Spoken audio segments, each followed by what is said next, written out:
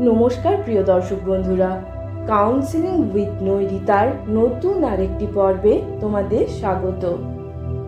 Crisis তো জীবনের প্রতিটি পর্যায়ে রয়েছে, আর এগুলোকে অতিক্রম করে এগিয়ে যাওয়াই জীবন। তবুও 40-এর দোরগোড়ায় এসে নিজেকে যেন কোথাও মেনে নিতে একটা অসুবিধে হয় অনেকেরই। মনে হয় যেন আগের মতো চেহারায় আর জৌলুস নেই, অসুখ বিসুখগুলো যেন বেড়ে যাচ্ছে, সেক্স লাইফটাও যেন ম্যাড়মেড়ে হয়ে গেছে, দিন দিন হতাশা জাঁকিয়ে বসছে। আজ আমরা কথা বলবো মিড লাইফ ক্রাইসিস নিয়ে। তবে আজকের ভিডিওটি দুটো পার্টে আসতে চলেছে। আজকের পার্টে থাকবে মিড লাইফ ক্রাইসিস কি এবং এর লক্ষণগুলি কি কি। পরের পার্টটিতে থাকবে মিড লাইফ ক্রাইসিসের কারণগুলি কি এবং অবশ্যই এর সমাধান। কিন্তু তার আগে তোমরা যদি এই চ্যানেলে নতুন হয়ে থাকো তাহলে অবশ্যই চ্যানেলটিকে সাবস্ক্রাইব করো।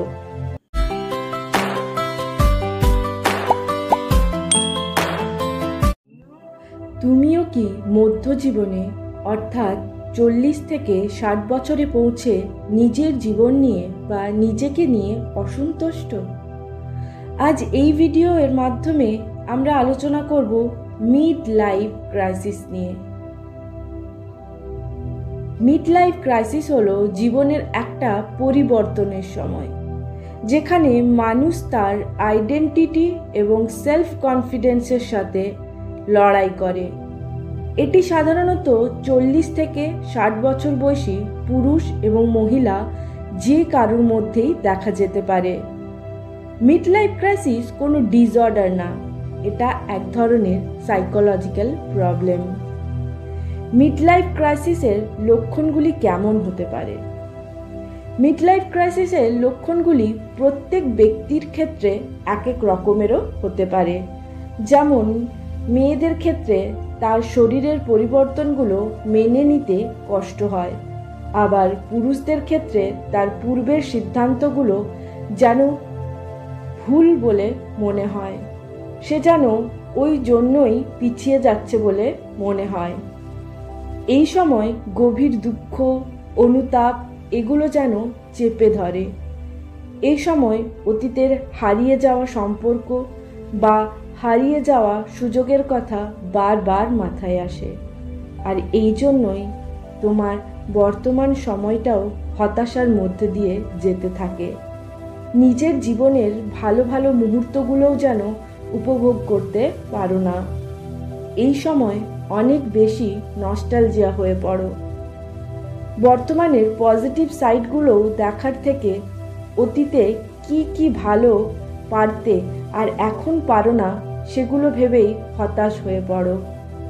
ভেতরে ভেতরে একটা অস্থিরতা অনুভব করবে। নিজের দৈনন্দিন কাজগুলো করতেও বিরক্তি বোধ হবে, ক্লান্ত লাগবে। ছোটোখাটো বিষয় নিয়ে নিজের স্ত্রী বা স্বামীর সাথে অশান্তি হতে থাকবে। এই সময়ে অনেকে আবার অনেক বেশি আবেগপ্রবণ হয়ে পড়ে।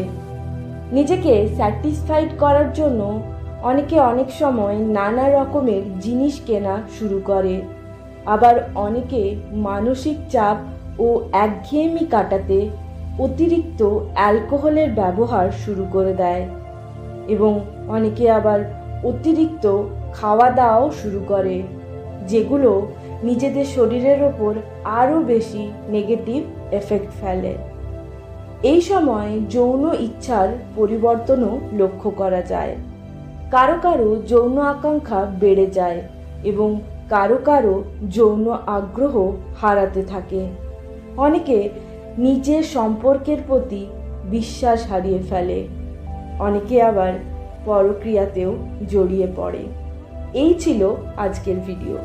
যদি ভিডিওটি ভালো লেগে থাকে তাহলে অবশ্যই ভিডিওটিতে লাইক করবেন এবং পরবর্তী পর্বগুলি দেখতে চ্যানেলটিকে সাবস্ক্রাইব করে রাখতে ভুলবেন না।